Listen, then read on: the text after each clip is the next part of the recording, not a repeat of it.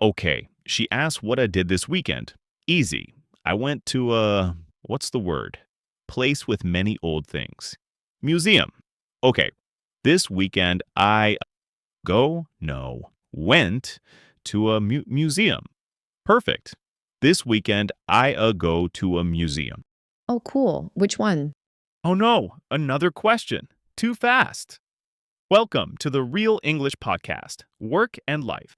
Your guides to speaking English more naturally. Have you ever been in a conversation and you just freeze?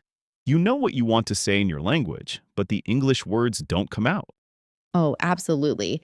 It's that moment when your brain is working so hard, but your mouth isn't working at all. Exactly. You're translating in your head.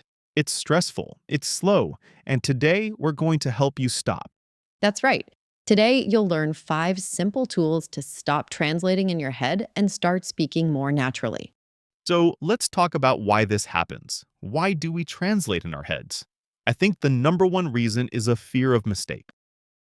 Exactly. You want to say the perfect sentence with perfect grammar, so you build the sentence in your native language first.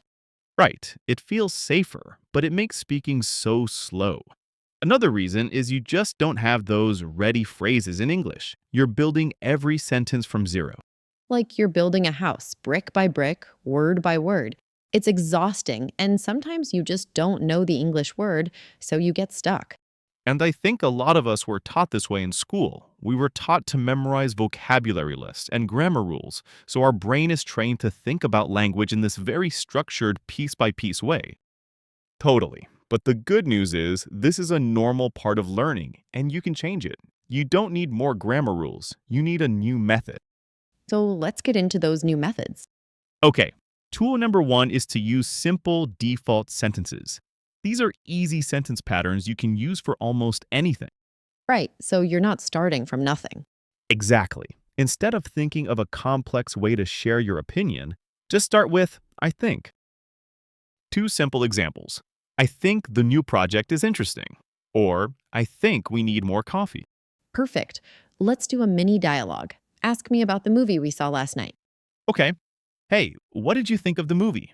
I think it was a little too long, but I liked the main actor because he was very funny. See? So simple and so clear. No need for a big, complicated review. That's a great tool.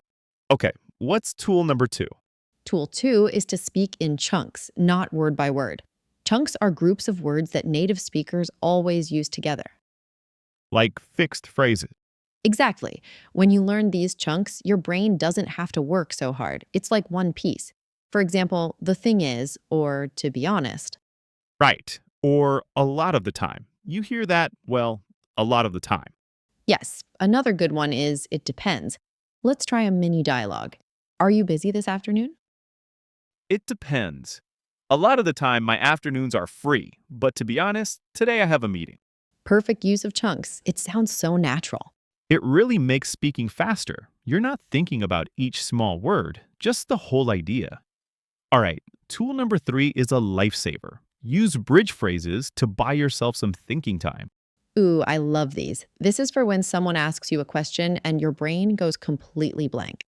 Yes, instead of silence and you use a phrase to fill the space, like, let me think, or that's a good question. Right. Even something simple like actually or honestly can give you an extra second or two.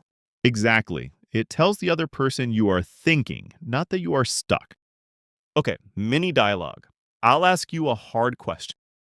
What is the best way to learn a new skill? Wow, that's a good question. Let me think. Honestly, I think the best way is to practice a little bit every day. See? That little pause felt completely normal because you used those bridge phrases. It's a great tip. It really helps with the pressure and anxiety. Okay, on to tool number four. This one is about vocabulary. The tool is replace difficult words with easy words. Don't search for the perfect, intelligent word. Right. Explain the idea instead of translating one difficult word. Precisely. Let's say you want to say, the meeting was very productive, but you forget the word productive. Don't panic. Just explain it with simple words. The meeting was good. We got a lot of work done. That makes so much sense. Or if you can't remember the word exhausted, you can just say, I am very, very tired. Perfect. Okay, mini dialogue. Imagine you want to tell me your computer is obsolete, but you don't know that word. What would you say?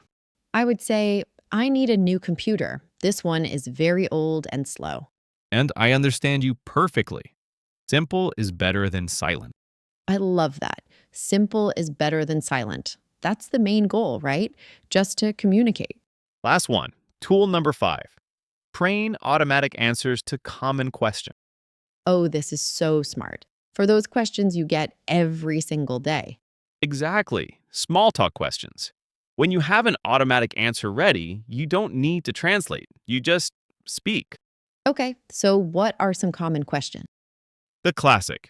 How was your weekend? Instead of translating a long story, have a simple, ready answer. For example, it was good, thanks. Pretty relaxing. I just watched the movie. Yeah, that's easy. Another one is, what do you do for your job? Yep, a simple answer. I'm a software developer at a tech company. And a third one, how's work going? An easy answer for that could be, it's going well, thanks. Pretty busy this week. Exactly. The key is to practice these short answers so they become automatic. No thinking, no translating. It builds confidence for the start of the conversation, too. Okay, now let's put it all together. We're going to do an extended role play. Imagine two coworkers meeting in the office kitchen. Sounds good. In the first version, the speaker is translating in their head. It'll sound slow and unnatural. I'll be the English learner. And I'll be the other coworker. Let's do it. Role play A. Hey, how was your weekend? It was good. My family and we performed an action of visiting a location, which is a large park outside the city, for walking long distances. Oh, you went for a hike. That's nice. How is that big project you're working on? Is it complex? Yes, it is possessing many difficulties. The deadline is causing me significant emotional pressure. Right. Well, let me know if you need any help. Okay, that was painful. Did you hear all those pauses and strange words? Yeah, it felt very slow and a little unnatural. I could feel the effort. Now let's do it again. Role play B. This time, the speaker will use the 5 tools: simple sentences, chunks, bridge phrases, easy words, and an automatic answer. Okay, I'm ready. Role play B. Hey, how was your weekend? It was good, thanks. Pretty relaxing. My family and I went for a long walk in a park. How about you? Nice. I just stayed home. Hey, how is that big project you're working on? It looks tough. That's a good question. To be honest, it's a lot of work. The deadline is a bit stressful, but I think it's going okay.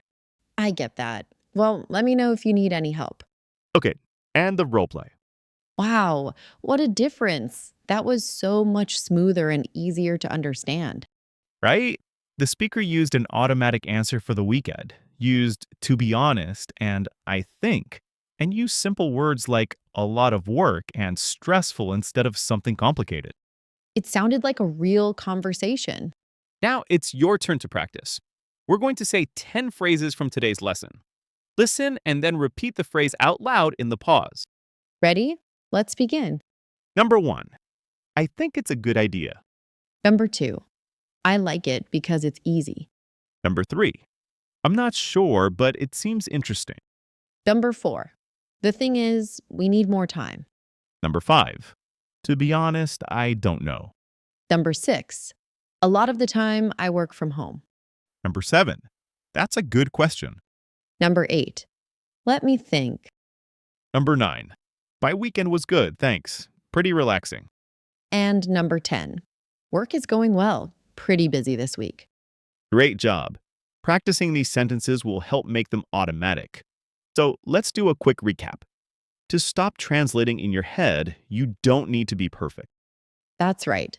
Just use simple patterns and chunks. Use phrases that buy you time to think.